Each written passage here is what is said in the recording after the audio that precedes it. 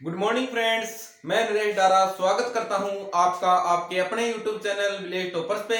आशा करता हूं आप सब कुशल मंगल होंगे, स्वस्थ होंगे, आपकी तैयारी है वो अच्छे से चल रही होगी। तो जैसा कि आपको पता है कि आज है वो एवरेज की अपन 7वीं क्लास लेने जा रहे हैं। इससे पहले 6 क्लासें हो चुकी हैं, सब प्रकार के क्वेश्चन है उनके ऊपर डिस्कस हो चुकी है। आज की क्लास के अंदर अपना टारगेट ये रहेगा कि जो पिछली 6 क्लासें हुई हैं, अगर वो क्लासें भी आपने नहीं ली हैं या अगर ले ली हैं तो आपकी तैयारी और शार्प हो चुकी है। ये 7-8 क्वेश्चंस की मैं सीट लेके आया हूं, इन क्वेश्चंस को अपन सोल्व करेंगे। मैंने जैसा शुरू में कहा था कि जो बैच है उसका लेवल एकदम जीरो से हाई लेवल तक जाएगा। ठीक है, तो जीरो से हर एक कॉन्सेप्ट में पूरी बारीकी से समझा चुका हूं। आज है वो अपन थोड़े से टफ टाइप के क्वेश्चन करते हैं। मुझे लगता है कि इससे हाई लेवल के क्वेश्चन है वो आपके जो एसआई पटवार है उन एग्जाम्स में नहीं आएंगे। एसएससी सीजीएल के लिए भी आप तैयारी कर रहे हैं तो ये भी आपके लिए फायदेमंद होने वाला है। कोई भी एग्जाम के लिए आप तैयारी कर रहे हो भले ही, तो आप इन क्वेश्चंस की प्रैक्टिस कीजिए। अगर ये क्वेश्चन आप सोल्व कर लेते हैं तो एग्जाम के क्वेश्चंस भी आप आसानी से सोल्व कर पाएंगे, ऐसा मेरा विश्वास है। ठीक है, और जैसे आज की क्लास शुरू करते हैं उससे पहले जरूरी सूचना जो मैंने कल भी आपको बताया था कि अपन है वो आने वाली 17 मई को एक ऑनलाइन टेस्ट करवाने जा रहे हैं। ठीक है, ऑनलाइन टेस्ट होगा अपने टेलीग्राम चैनल पे ही होगा। ठीक है, आप टेलीग्राम चैनल को ज्वाइन कर लेना। उसमें होगा क्या कि 50 क्वेश्चन आएंगे, 50 क्वेश्चन आएंगे और क्वेश्चन सिर्फ उसी सिलेबस में से आएंगे जो मैंने यूट्यूब पे पढ़ा रखा है, अपने चैनल पे पढ़ा रखा है। आपको पता है मैथ की अब तक सिर्फ 7 क्लासें हुई है, नया बैच शुरू है तो मैथ के अंदर सिर्फ ये एवरेज टॉपिक और इसके बाद कल से जो नया टॉपिक शुरू होगा वो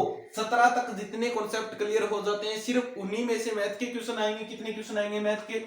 35 क्वेश्चन आएंगे और बाकी के जो 15 क्वेश्चन है वो क्वेश्चन से साइंस से आएंगे। किस सब्जेक्ट से आएंगे? साइंस से। साइंस की अब से पहले 8 या 9 क्लासें हो चुकी हैं जिसके अंदर अपन ने मानव रक्त के बारे में, मानव हृदय के बारे में पढ़ चुके हैं। उसके अलावा जो ग्रंथि तंत्र है वो आपका चल रहा है, उसके ऊपर अभी तक 3 या 4 ग्रंथियां मैंने पढ़ाई है। 2 क्लासें हुई है, तीसरी क्लास है वो जल्दी हो जाएगी, ग्रंथि तंत्र कंप्लीट हो जाएगा। उसके बाद एक नया टॉपिक और शुरू करते हैं। मुझे लगता है 1 या 2 टॉपिक और हो पाएंगे। कहने का मतलब ज्यादा से ज्यादा मैक्सिमम जो क्लासें होंगी साइंस की वो 15 क्लासें होंगी। साइंस की मैक्सिमम 15 क्लासें और एवरेज की 7 क्लासें हो चुकी है और 5-6 क्लासें और हो जाएंगी। लगभग 10 क्लासें हैं वो मैथ की हो जाएंगी 17 मई से पहले।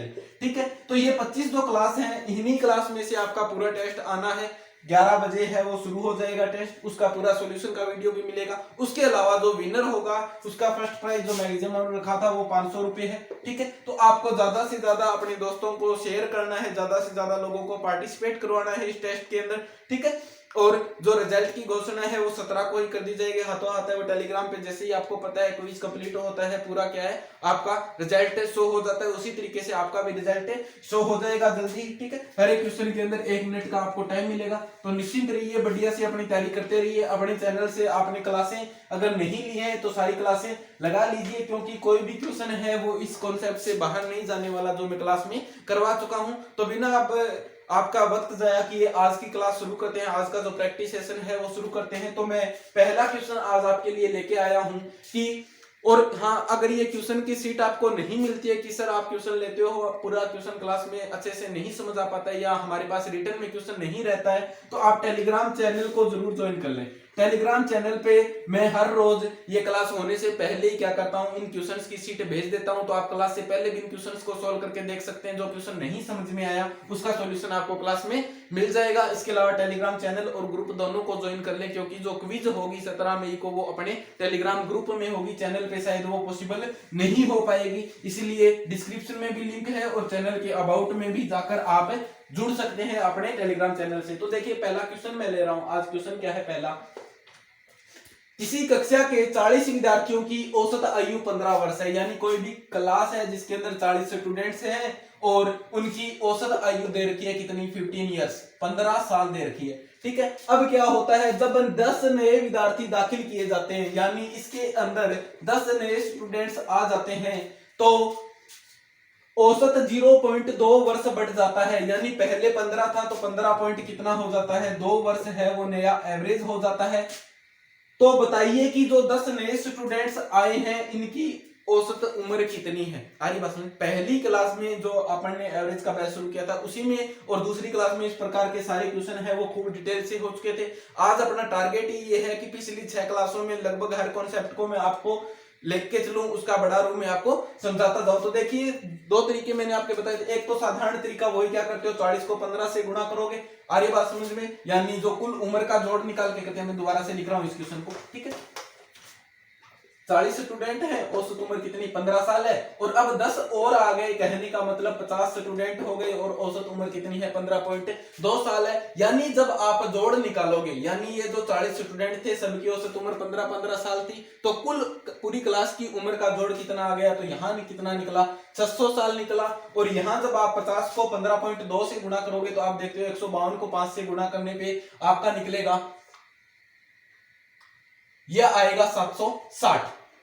आगे बात में 760 आपके पास निकल के आया। कहने का मतलब जो कुल जोड़ है वो कितना बढ़ गया, 600 से 760 160 बढ़ गया, और 160 बढ़ा है। और किनके कारण बढ़ा है आपको पता है, ये जो 10 नए विद्यार्थी आए हैं इनके कारण। कहने का मतलब जो एवरेज होगा इन 10 का वो कितना हो जाएगा 16 साल। यानी जो 10 नए विद्यार्थी आए हैं उनकी औसत उम्र कितनी है 16 साल है। ये तो जोड़ वाले तरीके से करते हैं। अब देखिए शॉर्टकट कैसे करना होता है बिना 600 760 से जाए बगैर अपन कैसे करेंगे इस क्वेश्चन को। तो देखिएगा मैंने क्या कहा कि 40 विद्यार्थी हैं, सबकी औसत उम्र कितनी थी 15-15 साल थी, ठीक। इस बात को ध्यान रखिए, सबकी औसत उम्र कितनी थी 15-15 साल थी, ठीक है 15 साल के लिए।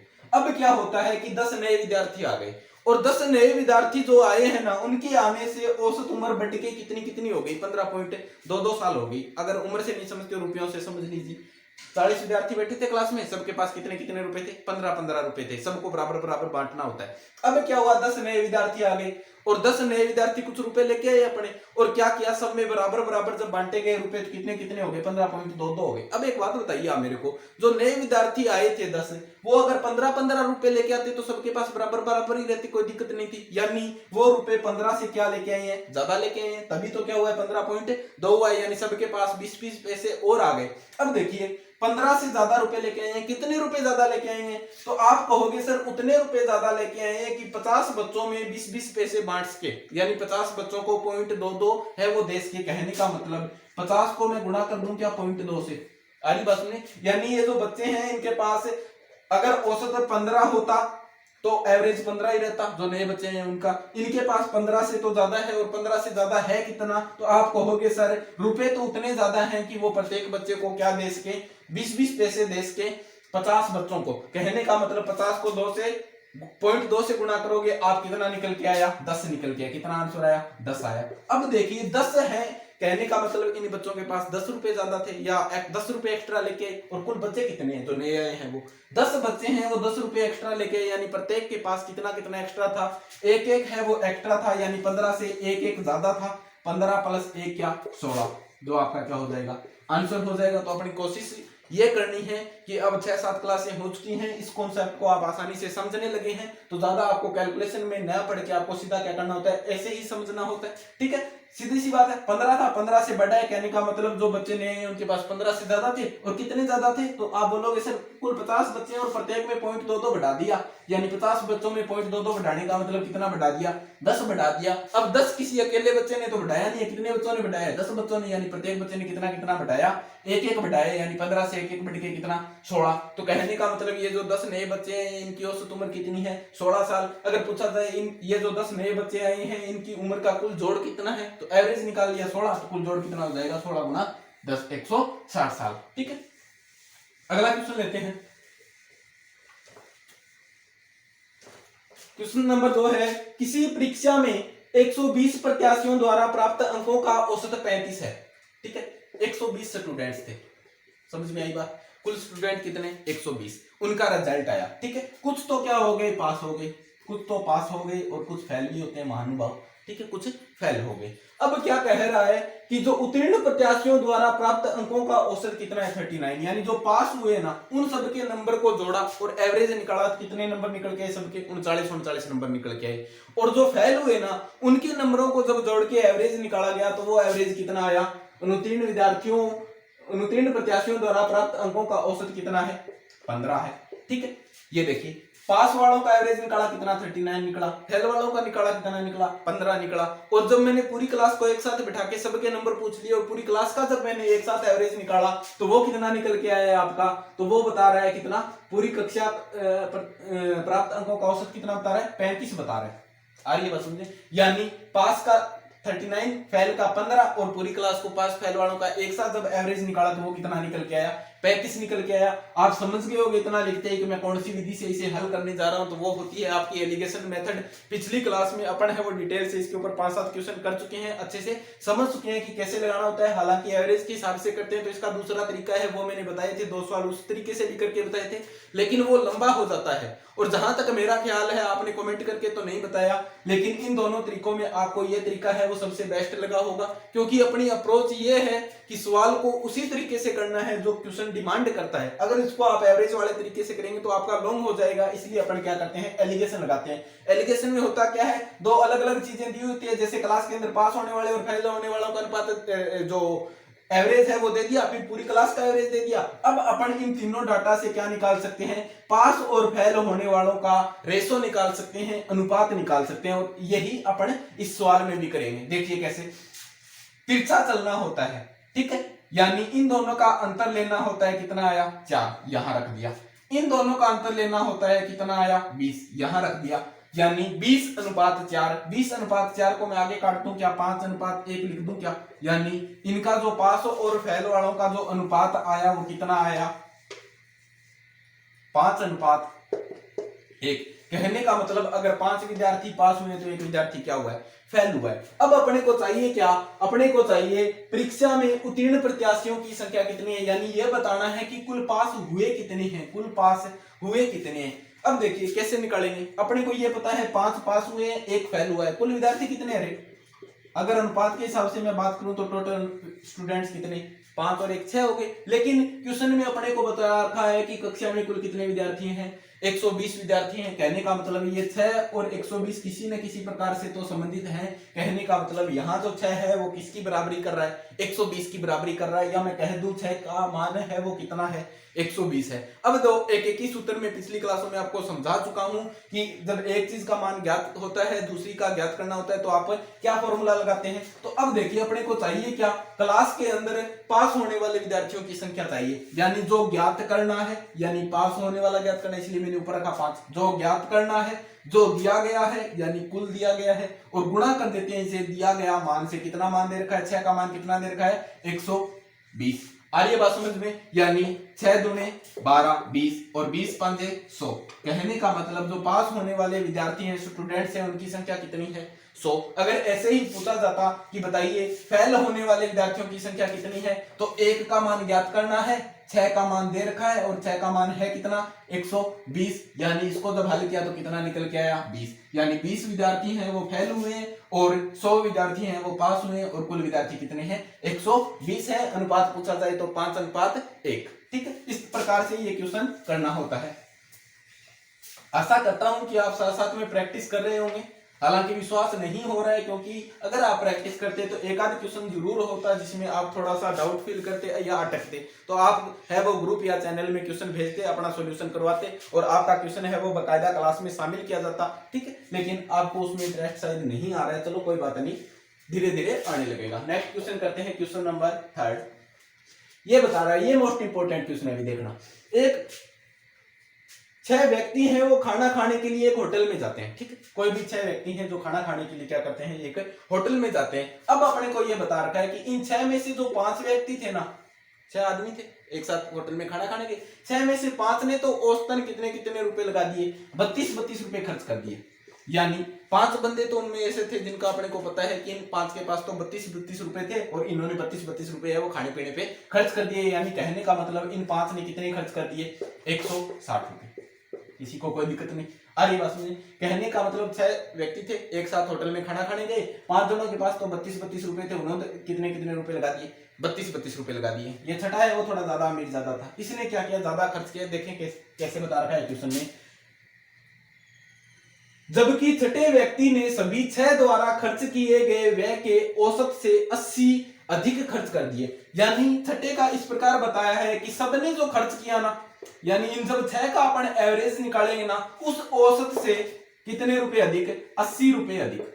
उस औसत से कितने रुपए अधिक किए, 80 रुपए अधिक खर्च कर दिए। एक चीज समझिए, औसत मान लूं क्या मैं कोई संख्या, औसत मान लिया मैंने, सबने औसत कितने कितने रुपए खर्च किए, x रुपए खर्च किए, कोई दिक्कत नहीं। यानी देखो 5 का तो अपने को पता है 32 है, लेकिन छठे का पता नहीं, और जब छठे को शामिल किया जाएगा और ये निकाला जाएगा तो एक बात तो फिक्स है, छठे ने ज्यादा खर्च किए क्योंकि औसत से ज्यादा किए, यानी छठे ने का खर्चा है वो ज्यादा है, तो एवरेज है वो 32 नहीं रहेगा, 32 से कुछ ज्यादा रहेगा। कितना ज्यादा रहेगा यहाँ अपन नहीं बता सकते हैं सीधा ही, इसलिए मैंने औसत क्या मान लिया, x मान लिया, कोई दिक्कत नहीं किसी को। यानी औसत मैंने क्या माना है, x माना है कि 6 जनों ने x रुपए के हिसाब से खर्च कर दिया और 5 का अपने को पता है 32 रुपए खर्च कर दिए। अब देखिए 6 जनों का औसत कितना, 6 का जो औसत निकला वो कितना है, x है। तो कुल खर्च बता सकते हैं क्या आप, कुल व्यय या कुल खर्चा आप बता सकते हैं क्या कितना, 6 है, प्रत्येक ने x रुपए खर्च किए, यानी कुल व्यय कितना 6x। किसी को दिक्कत नहीं है। चलो कुछ चीजें और देखिए आप, एवरेज निकालते कैसे हैं, एवरेज या औसत निकालते कैसे हैं। सबसे पहले तो जो जितने भी डाटा है उन सब का क्या करते हैं, जोड़ करते हैं और भाग दे देते हैं किससे, संख्या से। संख्या तो यहाँ अपने को पता है कि खाना खाने 6 व्यक्ति गए थे, यानी मैं संख्या की जगह तो क्या लिख सकता हूँ, 6 लिख सकता हूँ। खाना खाने कितने व्यक्ति गए थे, 6 व्यक्ति गए थे। जोड़ यानी कुल कितने रुपए खर्च किए, तो अपने को 5 का तो पता है, यानी इन सब का द्वारा खर्च किए गए पैसों का जोड़ निकालना है। 5 का तो अपने पता है, अपन ने निकाल लिया था पहले कि 5 जने थे, 32 रुपए के हिसाब से कितने रुपए खर्च कर दिए, 160 रुपए खर्च कर दिए। प्लस छठे व्यक्ति का भी अपने को चाहिए कितने रुपए खर्च किए, तो अपने को सीधा तो नहीं बता रखा है, लेकिन बता रखा है कि अगर एवरेज क्या है x है, अगर औसत क्या है x है, x मान लिया मैंने औसत, ठीक है। तो एवरेज की जगह मैंने क्या रख दिया, इसी फॉर्मूले में x रख दिया। अगर औसत x है तो छठे व्यक्ति ने क्या किया है, x से कितने रुपए अधिक खर्च किए, 80। यानी छठे व्यक्ति का जो जोड़ में मैं शामिल करूंगा वो मान कितना शामिल होगा, x प्लस 80। किसी को दिक्कत नहीं, क्योंकि छठे व्यक्ति ने एवरेज से क्या है 80 रुपए ज्यादा खर्च किए। अब एवरेज से 80 रुपए ज्यादा कैसे लिखूंगा, मैं एवरेज लिख दिया और उसमें क्या जोड़ दिया, 80 जोड़ दिया, और इन सब को जोड़ निकालने के लिए क्या कर दिया, 6 व्यक्तियों का खर्चा मैंने जोड़ दिया, यानी 6 व्यक्तियों ने कुल इतने रुपए खर्च किए हैं, 6 का भाग दे दिया, जिससे औसत कितना निकल के आया है, x निकल के आया। इस कॉन्सेप्ट में किसी को दिक्कत नहीं। चलिए सोल्व करते हैं इसको। ये 6 भाग में इस साइड गुणा में आ जाएगा, यानी 6x बराबर क्या आएगा, 160 प्लस x प्लस 80। किसी को दिक्कत नहीं है, आ रही बात सुनने। आगे इसको मैं सोल्व करूंगा तो देखिए क्या लिखूंगा मैं, 6x है और इस साइड x है, 6x में से एक x घट जाएगा, कितने x बचे, 5x। 5x बराबर कितना, 160 और 80 कितने हो गई, 240। यानी x बराबर कितना आ जाएगा, 240, और इसमें मैं भाग दे रहा हूं किसका, 5 का, ठीक है। 5 चौके 20, 4 5 8 40, सॉरी 5 8 40। यानी कहने का मतलब जो अपने पास आंसर निकल के आया वो कितना निकल के आया, 48। 48 है क्या औसत, यानी प्रत्येक व्यक्ति का जो औसत खर्च निकल के आया वो कितने कितने रुपए निकल के आया, 48 रुपए निकल के आया। लेकिन क्वेश्चन में पूछा गया है अपने को, बताइए सभी ने कुल कितने व्यय किए, यानी कुल खर्चा बताना है अपने को, कुल व्यय निकालना है कि कुल खर्चा कितना है। तो कुल खर्चा कितना है भाई, 6x है और x का मान कितना निकल गया, 48। यानी सबने 48 रुपए खर्च किए 6 जनों के हिसाब से अगर बांटा जाए तो सबके औसत कितने कितने खर्च हो गए, 48 खर्च हो गए। वो बात अलग है कि 5 के पास तो 32 रुपए थे, ये जो एक्स्ट्रा रुपए खर्च किए ना ये छठे आदमी ने किए, ठीक है। अपने को छठे आदमी का खर्चा नहीं पूछा है, अगर छठे का पूछा जाता तो क्या करते, छठे का अगर पूछा जाए कि 6वें व्यक्ति ने कितने खर्च किए तो अपने को पता है औसत कितना था, 32 था, सॉरी औसत कितना निकल के आया, 48 निकल के आया, औसत कितना निकल के आया 48, और 48 से कितने एक्स्ट्रा खर्च किए, 80 रुपए। यानी 48 से 80 रुपए खर्च किए, कहने का मतलब छठे व्यक्ति ने तो खर्चा अगर पूछा जाए तो कितना है, 128 रुपए है। एवरेज पूछा जाए सबने औसत कितने रुपए खर्च किए तो कितने रुपए खर्च किए, 48 रुपए खर्च किए। और अगर ये पूछा जाए सब ने मिलके कुल खर्चा कितना किया तो अपने को पता है 6 गुना 48, 6 गुना 48 रुपए खर्च किए, यानी 24 और 4 28, 288 रुपए। कुल मिला के 6 व्यक्तियों ने कितने रुपए खर्च किए, 288 रुपए खर्च किए। 288 में से 160 रुपए तो अपने को पता है उन 5 ने खर्च किए, बाकी जो बच गए 128 रुपए वो किसने खर्च किए हैं, तो छठे व्यक्ति ने खर्च किए। उम्मीद करता हूं ये सवाल बिल्कुल पूरी तरीके से आपके सामने एक एक जो नट और बोल्ट होता है किसी मशीनरी का उसी तरीके से पूरा सवाल खुल के आपके सामने आया होगा और आपको भी उसी प्रकार से समझ में भी आ गया होगा, ठीक है। चलिए नेक्स्ट क्वेश्चन लेते हैं। शेयर नहीं करते हो आप क्लास में, ठीक है, शेयर बिल्कुल नहीं कर रहे हो, कोई भी बच्चा मुश्किल से अपने एक एक दोस्त को भी अगर शेयर करें तो क्लास है वो बिल्कुल अच्छे से चल सकती है, खूब सारे बच्चे जुड़ सकते हैं, कंपटीशन अच्छा हो सकता है। जितने ज्यादा बच्चे जुड़ेंगे आपको भी फायदा है, क्योंकि हमारा भी मनोबल बढ़ेगा और उसके साथ साथ होगा क्या कि कंपटीशन भी बढ़ेगा। वो बच्चे क्वेश्चन भेजेंगे, उनके क्वेश्चन क्लास में शामिल किए जाएंगे। जब ज्यादा लोगों की प्रॉब्लम शामिल कर ली जाएंगी तो प्रॉब्लम सबकी कॉमन होती है, ठीक है। किसी एक बच्चे को अगर किसी क्वेश्चन में दिक्कत आ रही है तो यकीन मानिए कि आपको भी उस क्वेश्चन में कभी ना कभी दिक्कत आई होगी। अगर आप आज कर पा रहे हैं तो, अगर आप नहीं कर रहे हैं तो आपको लगेगा कि हाँ ये क्वेश्चन मेरे से भी नहीं होता। इसलिए इंपॉर्टेंट क्वेश्चन है वो मिलते जाते हैं जब ज्यादा लोगों का ग्रुप बनता है, और वो आप ज्यादा एक्टिव नहीं होगी इसके प्रति, ठीक है। एक्टिव आपको होना पड़ेगा, भेजने पड़ेंगे क्वेश्चन, तभी अपना है वो क्लास सही रूप से चल पाएगी। नेक्स्ट क्वेश्चन देखिए कि तीन संख्याओं में से पहली संख्या दूसरी संख्या की दोगुनी है और तीसरी संख्या की आधी है। यदि तीनों संख्याओं का औसत 37 सही 1/3 है तो दूसरी व तीसरी संख्या का अंतर क्या होगा। देखिए तीन संख्याएं हैं, मान लिया मैंने कोई भी तीन संख्याएं, पहली दूसरी और तीसरी तीन संख्याएं हैं। बताया गया है कि पहली संख्या दूसरी संख्या की दोगुनी है। एक बात बताइए, दूसरी संख्या को मैं 1 मान लूं तो पहली संख्या को क्या मान लूंगा, 2 मान लूंगा, किसी को दिक्कत नहीं। कह रहा है कि पहली संख्या जो है ना वो दूसरी संख्या की क्या है, दोगुनी है। आगे कहा गया है दोगुनी है और तीसरी संख्या की आधी है। कहने का मतलब ये जो 2 है ना ये तीसरी संख्या की आधी है, यानी तीसरी संख्या इसकी दोगुनी है। कहने का मतलब 4। यानी अगर इन संख्याओं को मैं एक अनुपात के रूप में लूं तो अगर दूसरी संख्या 1 तो पहली संख्या क्या होगी, इसकी दोगुनी, और ये अगर 2 है तो इसकी दोगुनी कौन सी होगी, तीसरी संख्या। यानी ये जो तीनों संख्याएं होंगी वो 2:1:4 में होंगी, 2:1:4 के अनुपात में होंगी। कहने का मतलब तीन संख्याएं हैं वो इस प्रकार है। अब आगे आपको बताया गया क्वेश्चन में जब इन तीनों संख्याओं का एवरेज निकाला गया तो वो कितना आया, 37 सही 1/3।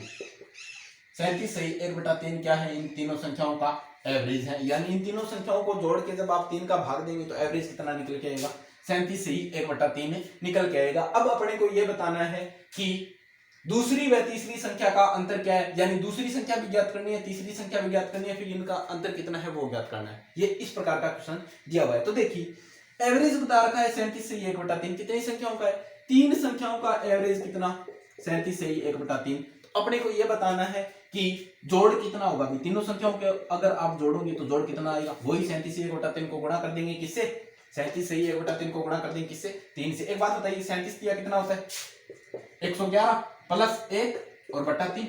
ये जो भिन्न है ना ये मिश्र भिन्न होती है, ठीक है। मिश्रित भिन्न को जिन्होंने नहीं पता वो देख लीजिए हल कैसे करते हैं। मिश्रित भिन्न को हमेशा ऐसा लिखा जाता है 37 सही 1/3, इसके बीच में आप प्लस भी लगा सकते हैं, एक ही बात होती है ये, ठीक है। ऐसा होता है, ये वास्तव में ऐसा होता है कि 37 से ज्यादा और कितना ज्यादा है, 1/3 ज्यादा है। तो इसको हल करने के लिए साधारणतः अपन ऐसे लेते हैं, ठीक है।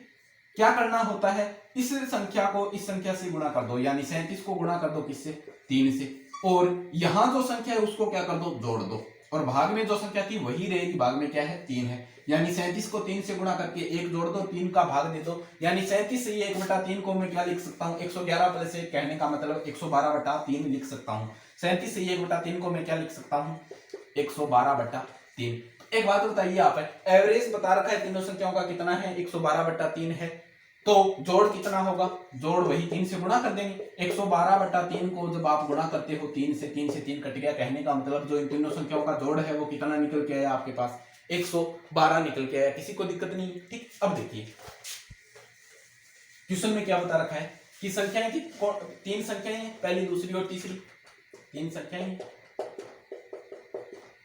है किस अनुपात में, 2, 1 और 4 के अनुपात में। यानी इन तीनों संख्याओं का जोड़ भी बता रखा है, इन तीनों संख्याओं का जोड़ बता रखा है कितना है, 112। ये अपन ने कैलकुलेट कर लिया यहां तक। अब आगे देखिए सवाल क्या कह रहा है। मैं चलो दूसरी संख्या में ज्ञात कर लूं, बताइए दूसरी संख्या क्या होगी। कहने का मतलब मेरे को किसका मान ज्ञात करना है, 1 का मान ज्ञात करना है। कितने का मान दे रखा है भाई, तो तीनों संख्याओं का जोड़ दे रखा है, या तो यहां भी जोड़ कर लो, 2 और 1 3 और 4 और 3 7, यानी तीनों संख्याओं का जोड़ अनुपात के हिसाब से तो कितना बन रहा है, 7 बन रहा है, लेकिन जोड़ वास्तव में है कितना, 112, यानी 7 का मान कितना है, 112। वही फॉर्मूला लगाया मैंने, जो ज्ञात करना है जो दिया गया है और गुणा करना है किससे, दिए गए मान से। एक एक ही फॉर्मूला मोस्ट इंपोर्टेंट है। पिछली 2-3 क्लासें अगर आप देखोगे तो एक तो मिश्रण वाला और एक ही सूत्र, ये 2 ही फॉर्मूले मैंने बताए, उसके अलावा कोई फॉर्मूला मैंने अब तक नहीं बताया। बिना फॉर्मूले के पूरी एवरेज चल रही है और आप समझ भी रहे हैं, ठीक है। तो पिछली क्लासें देख लें अगर आपने नहीं देखी हैं तो। जो ज्ञात करना है, जो दिया गया है और गुणा दिया गया मान। अब देखिए 7 एकम 7, 4 7 छिके 42, कहने का मतलब कितना आया, 16 आया। तो दूसरी संख्या कितनी निकल गई, एक का मान कितना निकल गया, 16 निकल गया। चलो ठीक है। ऐसे ही अगर मैं बात करूं तीसरी संख्या का मान ज्ञात कीजिए। तीसरी संख्या क्या है, तो 4 का मान ज्ञात करना है, 7 का मान दिए रखा है और 7 का मान है कितना, 112। 7 को 112 से काटा कितना, 16, और 16 चौके 64। कहने का मतलब ये जो संख्या है ये कितनी है, 64 है। और ऐसे ही अगर पहली संख्या का भी पूछ लिया जाता, पहली संख्या क्या है, पहली संख्या यानी 2 का मान ज्ञात करना है, 7 का मान दे रखा है कितना है, 112, वही कितना, 16 दूनी 32, यानी ये संख्या कितनी है, 32 है। ठीक, किसी को कोई दिक्कत नहीं। अब देखिए सवाल में जो भी पूछा है वो चीज बता देंगे अपन। ठीक, सवाल में क्या पूछा गया है कि बताइए दूसरी और तीसरी संख्या का अंतर कितना है। 16 और 64 का अंतर कितना है, तो अंतर इनका कितना है, 48। 48 आपका क्या हो गया, आंसर हो गया। इसको आप ऐसे भी कर सकते थे, ठीक, इसी सवाल को ऐसे भी कर सकते थे आप। क्या पूछा गया है, देखिए पूछा क्या गया है, पहली और तीसरी संख्या का अंतर। देख रहे हो कितने का अंतर है, 1 और 4 में कितने का अंतर है भाई, 3 का। यानी अंतर ही तो ज्ञात करना है अपने को, संख्या तो पूछी नहीं है दूसरी संख्या क्या है, तीसरी क्या है, अपने को सिर्फ अंतर से मतलब है। तो सॉल्व करने के लिए ऐसे भी कर सकते हैं, 3 का मान ज्ञात करना है और कितने का मान दे रखा है भाई, पूरे का जोड़ बता रखा है। 7 का मान दे रखा है और 7 का मान है कितना, 112, यानी 7 को 112 से काटा कितना, 16, और 16 की 48। 48 आपका क्या हो गया, आंसर हो गया। जब तीनों संख्याएं पूछी जाती तो 2 का मान ज्ञात करते, 1 का मान ज्ञात करते और 4 का मान ज्ञात करते, और जब तीनों संख्याएं नहीं पूछी सिर्फ अंतर पूछ लिया तो ये कर दिया। अब जैसे क्वेश्चन में तो अपने ये पूछा गया, मैं क्वेश्चन में आपको ये दे देता हूं कि बताइए पहली और तीसरी संख्या का अंतर क्या है, फर्स्ट व थर्ड का अंतर क्या है, पहली व तीसरी संख्या का अंतर क्या है। तो आप देख लो ये 2 है और ये 4 है, यानी का मतलब अंतर कितने का है, 2 का। तो 2 का मान ज्ञात करना है, 7 का मान दे रखा है, कितना दे रखा है, 112, यानी 32। 32 क्या है, इनका अंतर है। ठीक है, इस प्रकार के क्वेश्चन आप आसानी से कर लेंगे अगर आपने सारी क्लासें ली हैं तो। नेक्स्ट क्वेश्चन पे चलते हैं।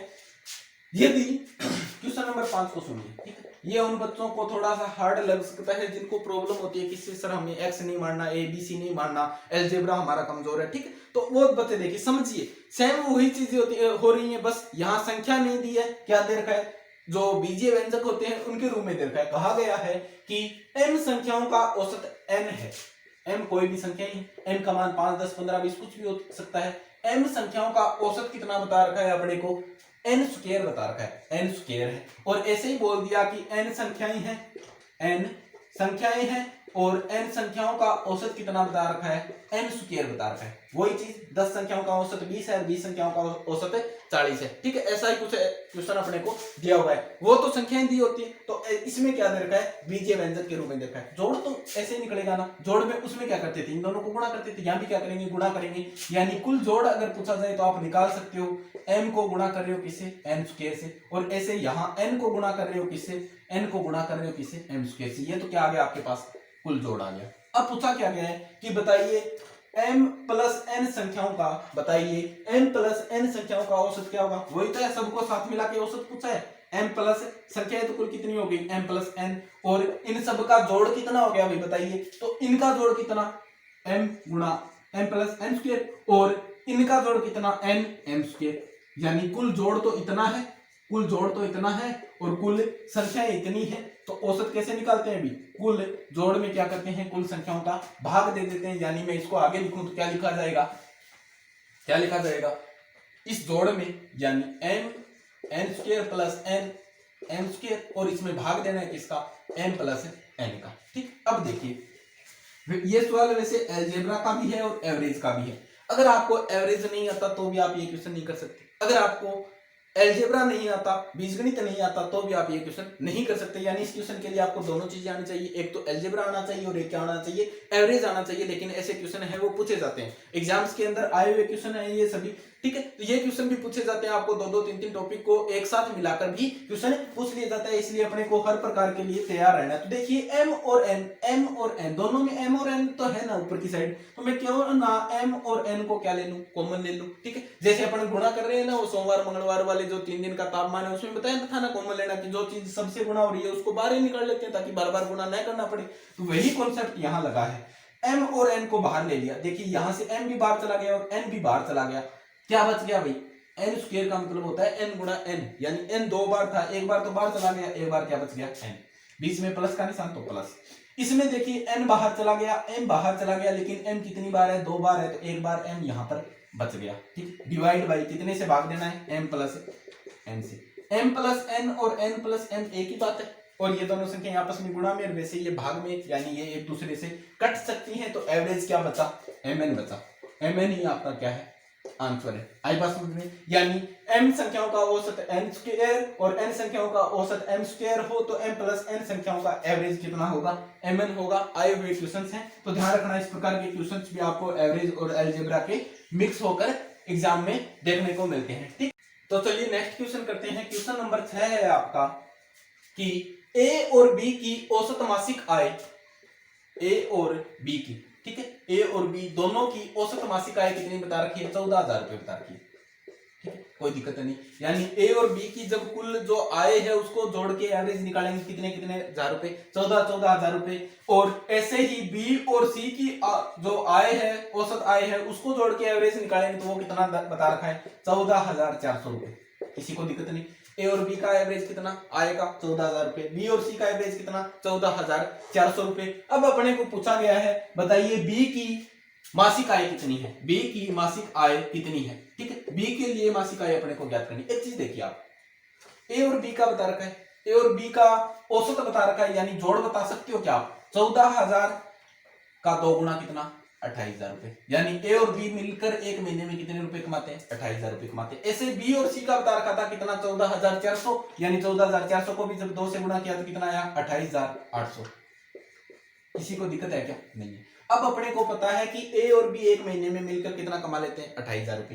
बी और सी मिलकर एक महीने में कितना कमा लेते हैं, 28,800 रुपए। अब अपने को बताना है कि बी अकेला है वो एक महीने में कितना कमा लेता है। अब देखिए इस सवाल को कर पाएंगे क्या, मैं 4 ऑप्शन देता हूं आपको। जैसे मैंने कहा 15,400, बी का जो ऑप्शन ए है, बी है, सी है और डी है। 4 ऑप्शन बताता हूं कि बी की आय कितनी है। मैंने कहा 15,400, 12,800, 16,900, या फिर मान निकलेगा कितना, 17,000 रुपए, ठीक। और ऑप्शन ई, बैंकिंग का अगर एग्जाम देते हैं तो ई तक ऑप्शन देखने को मिलते हैं, ठीक है। और ऑप्शन ई में मैंने दे रखा है डाटा इनसुफिशिएंट, डाटा इनसुफिशिएंट या आंकड़े अपर्याप्त, आंकड़े अपर्याप्त। तो देखिए आप कौन सा आंसर सिलेक्ट करेंगे इसमें से, ठीक है। तो ध्यान रखना कोई भी क्वेश्चन जब दिया गया हो तो उसके ऑप्शन जरूर देखना आप कोई भी एग्जाम में, ठीक है। जरूरी नहीं होता कि जो क्वेश्चन दे रखा है वो सोल्व होने लायक हो, उसमें ऐसा कर दिया जाता है कई बार कुछ चीजें जो सवाल करने के लिए चाहिए होती हैं वो नहीं बताई जाती हैं और उस वजह से सवाल नहीं कर पाते हैं अपन, इसलिए क्या होगा, आंकड़े अपर्याप्त, ठीक है। अब देखो जैसे ऑप्शन ऐसे दिए होते, 2 ऑप्शन दे दिए, 2 ऑप्शन देने के बाद तीसरा ऑप्शन ये देता none of these, none of these यानी इनमें से कोई नहीं, यानी जो 2 ऑप्शन दे रखे हैं इनमें से कोई नहीं। और चौथा ऑप्शन दे रखा है डाटा इनसुफिशिएंट, डाटा इनसुफिशिएंट यानी आंकड़े अपर्याप्त। अब आप क्या करोगे, पता है आपको आंसर ये भी नहीं है, आंसर ये भी नहीं है, लेकिन क्या करेंगे, इनमें से कोई नहीं को चुनेंगे या फिर आंकड़े अपर्याप्त को चुनेंगे। तो आपको पता है इस सवाल में चाहे कितने ऑप्शन दे दे, इसका आंसर तो कोई नहीं निकाल सकता, कोई भी इसका आंसर नहीं निकाल सकता क्योंकि इसमें आंकड़े अपर्याप्त है। तो सर आप पूछोगे सर क्या चीज और बताई होती तो हम इस सवाल को कर पाते। अब देखिए आप चलो तीनों को, इन दोनों को जोड़ लीजिए, ए डी बी और सी, ए प्लस बी, बी प्लस सी, कुल मिला के कितना कमा रहे हैं, 28 दूने 56 और 56,800। आपको ये तो पता है कि 56,800 रुपये हो गए, कि कब हो गए, जब ए की इनकम एक बार जोड़ी, बी की इनकम 2 बार जोड़ी और सी की इनकम 1 बार जोड़ी, यानी कुल मिला के कितने हो गए, 56,800 रुपये हो गए। अब आपको ये पता है कि 56,800 तब बनते हैं जब बी की सैलरी को 2 बार जोड़ दिया गया, लेकिन ए और सी में क्या संबंध है अपने को नहीं पता। ए बी सी तीनों मिलकर कुल कितना कमाते हैं नहीं पता, तो इस वजह से ये सवाल नहीं हो पाएगा।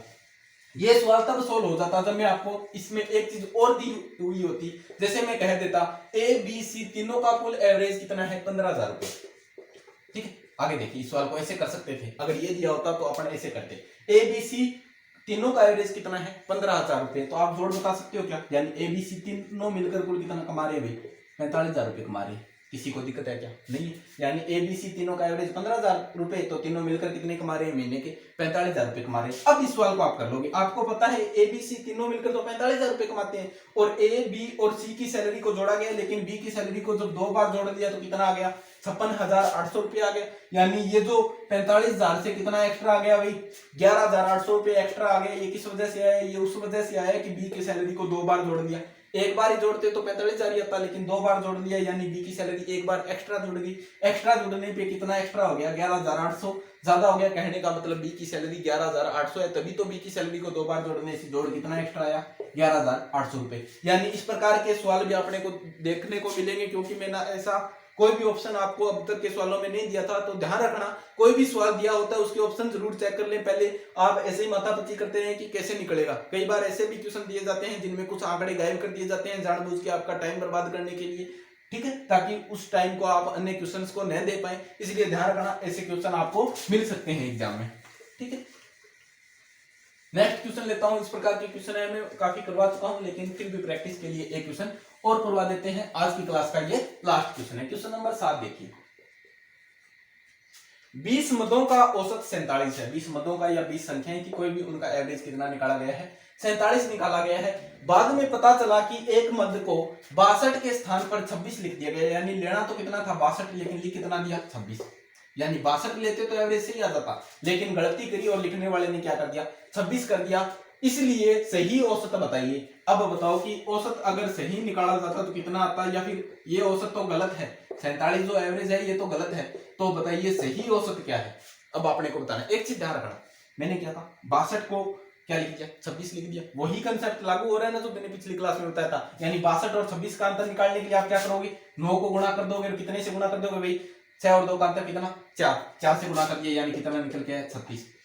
इस प्रकार के सवाल जब भी मिले ना एसएससी सीजीएल में, एसएससी के आए हुए, बैंकिंग के आए हुए सवाल है ये, ठीक है। मेरे को कोई ऐसा एग्जांपल ही नहीं मिल रहा जो आया हुआ क्वेश्चन हो और उसमें जब 2 अंकों की संख्या को पलटा जाता है तो ये कौन सा जो 2 अंकों की संख्या में ऐसे गलती हो, जैसे 62 है तो इसको गलती से 26 ही लिखा जाएगा। 37 होता ना तो इसको गलती से 73 ही लिखा जाता, ठीक है। ये जानबूझ के ऐसे डाटा दिए जाते हैं ताकि आपको, जिन्होंने ये कॉन्सेप्ट पढ़ रखा है उनका तो क्या हो जाए कैलकुलेशन में कम टाइम लगे, और बाकी ने जिन्हें ये नहीं पता है वो क्या करें 73 में से 37 घटाएं। इस वजह से उनका क्या हो कुछ ना कुछ तो टाइम ज्यादा बर्बाद होगा। तो ध्यान रखना, ये कॉन्सेप्ट समझना बहुत जरूरी। अगर विश्वास नहीं होता आप खुद चेक कर लीजिए, प्रीवियस ईयर में आए हुए क्वेश्चंस को आप खुद चेक कर लीजिए। जहां भी 2 अंकों की संख्या को लिखने में गलती करेगा ना तो हमेशा ऐसे लिखा होगा, जैसे 62 लिखना था उसको गलती से क्या लिख दिया 26 लिख दिया, 39 लिखना था और गलती से कितना लिख दिया 93 लिख दिया, ठीक है। इस तरह के एग्जांपल सेट किए हुए मिलते हैं जानबूझ के, ताकि जिन्होंने ये कॉन्सेप्ट पढ़ रखा है अंतर निकालने का वो क्या कर सके अपना टाइम बचा सके,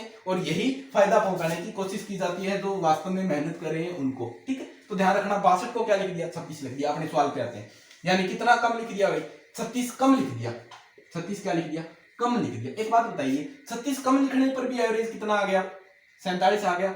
यानी कहने का मतलब जो उनका हक था वो अपन ने रख लिया, गायब हो गया। देखो जो कुल जोड़ है वो ज्यादा आना चाहिए था, क्योंकि लेनी तो संख्या 62 थी, लेकिन गलती करने वाले ने क्या कर दिया 26 कर दिया, यानी कुल जोड़ ही कम कर दिया उसने गलती से। कुल जोड़ जब कम होगा तो एवरेज तो कम आएगा ही। अब क्या करेंगे सही एवरेज निकालने के लिए ये 36 है उनको वापस देंगे कि आपका जो पैसा था या आपका वजन था या आपकी उम्र थी वो गलती से हमने अपने पास रख ली, तो क्या कीजिए आप अपने शामिल कर लीजिए। ये 36 को भी आप बांट लीजिए। अब कितने जने अभी बांटने वाले 20 जने, यानी ये जो 36 अपन ने गलती से रख लिए ना ये 36 उनको बांट के वापस दे देंगे। 36 रुपए मान लीजिए इसको, ठीक है। ये रुपए मान लो कि 20 व्यक्ति थे उनके पास, सबके पास औसतन है वो 47 रुपए आई, लेकिन अपने ने इकट्ठा किए ना जब उनसे रुपए, उस टाइम गलती ये कर दी कि 1 से 62 रुपए तो ले लिए अपन ने, लेकिन लिखने में गलती कर दी और फिर बांटते टाइम भी गलती हो गई अपने से कि 26 के हिसाब से बांट दिए, जिससे सब बच्चों के पास बांटने के बाद भी 36 रुपए है वो अपनी जेब में बच गए। तो पता चला कि यार अपन ने इनको कम दे दिए। अब वापस उनको रुपए देने हैं उनके, तो क्या करेंगे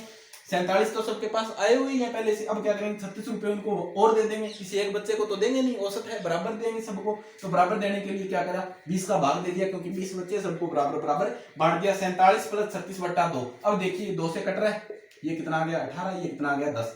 2 से इसलिए काटा मैंने, एक तो आप 36 में 20 का भाग देते, और एक अब आप क्या कर रहे हो 18 में 10 का भाग दे रहे हो। 18 में किसी भी संख्या में 10 का भाग देना होना, इस साइड से लग जाइए, जितनी जीरो है यानी एक जीरो होती है 10 में, तो एक छोड़ के पॉइंट लगा दो। ऐसे ही 18 में अगर 100 का भाग देना होता, क्या करते, इस साइड से लगते, 2 जीरो छोड़ के यहाँ पे पॉइंट लगा देते, यानी पॉइंट 18 बन जाता। ठीक है, समझ रहे हैं, ये कॉन्सेप्ट आपको पता होगा।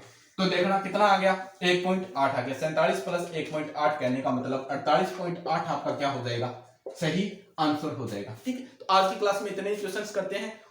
मेरी तरफ से है वो एवरेज कंप्लीट हो चुका है, क्योंकि आपका कोई रिस्पॉन्स नहीं था। अगर आप 50 क्वेश्चन भी भेजते तो मैं 50 के 50 क्वेश्चन है वो क्लास में डिस्कस करवाता, हर एक क्वेश्चन को सॉल्व करवाता। अब तक किसी भी स्टूडेंट की तरफ से जो टेलीग्राम ग्रुप है, चैनल है, उसमें कोई क्वेश्चन नहीं भेजा गया, और स्टूडेंट है भी वो भी काफी कम जुड़ रहे हैं। तो आप क्या करो, ज्यादा से ज्यादा टेलीग्राम चैनल को ज्वाइन जरूर करो, क्योंकि जब तक आप टेलीग्राम ग्रुप और चैनल को ज्वाइन नहीं करोगे, तब तक जो मैं उनमें क्वेश्चन भेजता रहता हूँ अपनी क्लासों से रिलेटेड, जो क्वेश्चन है वो क्वेश्चन आते रहते हैं, कोई भी सूचना आती रहती है, तो उससे आप वंचित रहते हो। और सबसे बड़ी बात, ये जो क्वेश्चन की सीट मैं तैयार करता हूँ, ये सीट भी मैं टेलीग्राम चैनल तक भेजता हूँ, लेकिन आप तक नहीं पहुंच पाती है, क्योंकि आपने चैनल को ज्वाइन ही नहीं करका। तो आप प्रैक्टिस कहां से करेंगे। ठीक है, और अगर आप ये जो 6-7 क्लास में जो मैंने क्वेश्चन लिए, उन सब क्वेश्चंस को भी बार बार रिवीजन करते रहोगे, तो एवरेज टॉपिक का मुझे नहीं लगता कि कोई भी क्वेश्चन एग्जाम में आएगा तो उसे आप सोल्व नहीं कर पाओगे। इसलिए मेहनत करते रहिए, और 17 को टेस्ट जरूर देना, 17 मई को टेस्ट जरूर देना है, क्योंकि आपको पता है जो टेस्ट में घोषणा की उस हिसाब से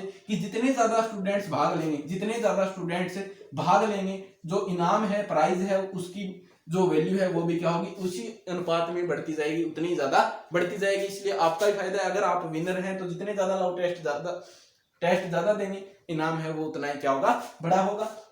अपने दोस्तों तक शेयर कीजिए, क्लास को लाइक कीजिए। ठीक है, और कमेंट करके अपना रिस्पॉन्स जरूर बताइए। अगर समझ में नहीं आ रहा है तो भी बताइए, और समझ में आ रहा है तो भी बताइए। ठीक है, धन्यवाद।